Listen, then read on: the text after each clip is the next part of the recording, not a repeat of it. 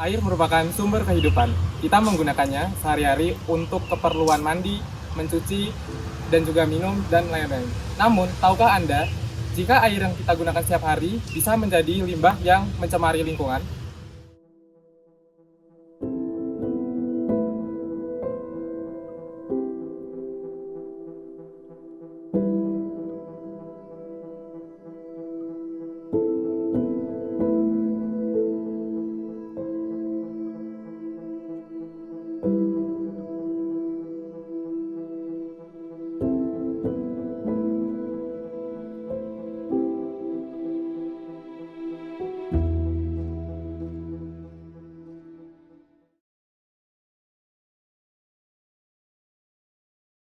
Waduh, kenapa padi ini tidak subur-subur ya?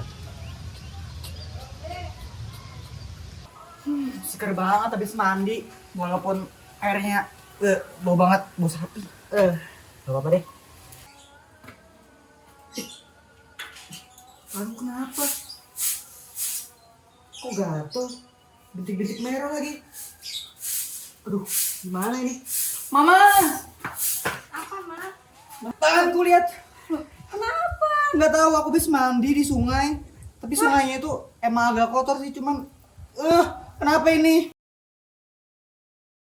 Air limbah domestik yang tidak diolah dengan baik dan benar dapat mencemari sungai, danau, dan juga laut. Hal ini dapat membahayakan kesehatan manusia, hewan, dan juga tanaman. Pencemaran air juga dapat mengganggu keseimbangan ekosistem dan menyebabkan kerusakan lingkungan yang serius.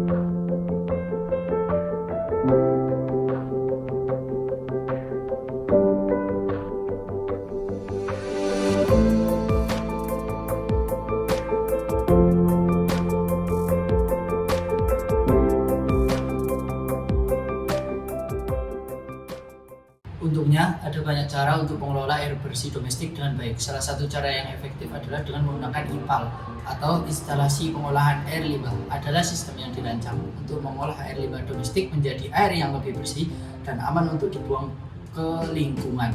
Lalu, bagaimana cara IPAL mengelola air limbah sebelum dialirkan ke sungai? Di setiap kota terdapat instalasi pengolahan air limbah, di mana air limbah tersebut diolah, kemudian dianggap aman untuk dibuang ke saluran air seperti sungai. Air limbah diolah untuk menghilangkan kontaminasi fisik, kimia, dan biologi yang ada di dalamnya melalui berbagai proses.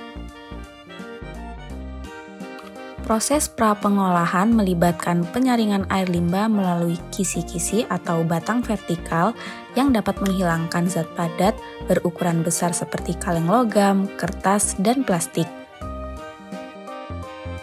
Selanjutnya, pada proses pengolahan primer, limbah mengalir melalui ruang pasir dengan sangat lambat sehingga kerikil pasir dan tanah mengendap di dasar limbah dan mengalir ke tangki pengendapan atau tangki sedimentasi, di mana limbah padat seperti feses dibiarkan mengendap dan limbah seperti minyak, sabun, dan lemak naik ke bagian atas air limbah.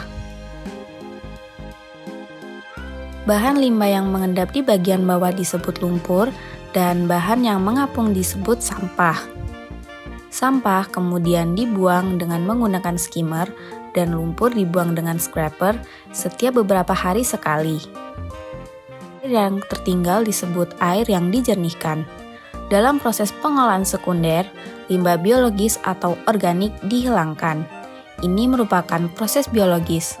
Proses ini dilakukan dengan memindahkan air yang telah dijernihkan ke dalam tangki aerasi, di mana blower udara membuat gelembung udara yang membantu bakteri aerob tumbuh dan memakan kontaminan organik seperti kotoran sisa makanan dan organisme lainnya. Campuran tersebut kemudian dialirkan dari tangki aerasi ke dalam penjernih, di mana lumpur aktif mengendap secara gravitasi. Lumpur aktif yang dihasilkan bersama dengan lumpur yang dihasilkan pada proses primer dipindahkan ke digester untuk diuraikan oleh bakteri anaerob. Proses ini menghasilkan biogas yang dapat digunakan sebagai bahan bakar atau dapat digunakan untuk menghasilkan listrik. Lumpur aktif kemudian dipindahkan di bak pengering pasir. Sebagian air di dalam lumpur aktif menguap dan sisanya mengering melalui pasir. Proses ini meninggalkan sisa lumpur kering yang dapat digunakan untuk membuat pupuk dan juga kompos.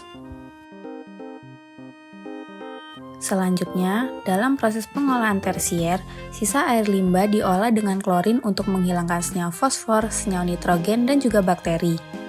Proses ini merupakan proses kimiawi. Tablet klorin ditambahkan untuk membunuh kuman. Proses ini disebut klorinasi dan selanjutnya air dapat dialirkan kembali ke saluran air.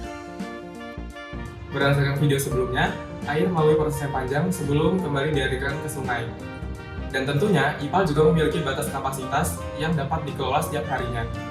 Oleh karena itu, kita sebagai masyarakat dapat melakukan hal-hal berikut untuk mengurangi produksi air limbah setiap harinya. Yang pertama, penggunaan air yang efisien, dan yang kedua, menggunakan deterjen yang ramah lingkungan dan dalam jumlah yang cukup.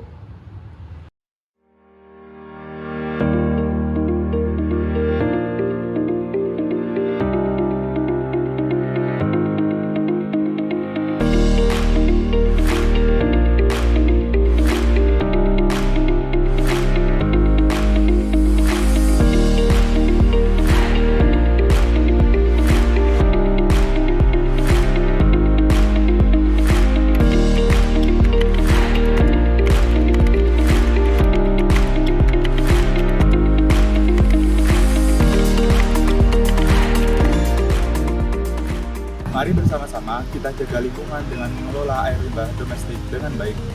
Kita bisa memulai dengan membangun IPAL di rumah atau di komunitas kita. Kita juga bisa menyebarkan informasi di video ini tentang pentingnya pengelolaan air limbah pada orang lain.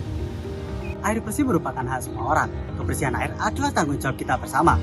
Dengan membangun IPAL di setiap rumah, kita tidak hanya menjaga lingkungan, tetapi juga menjaga kesehatan masyarakat.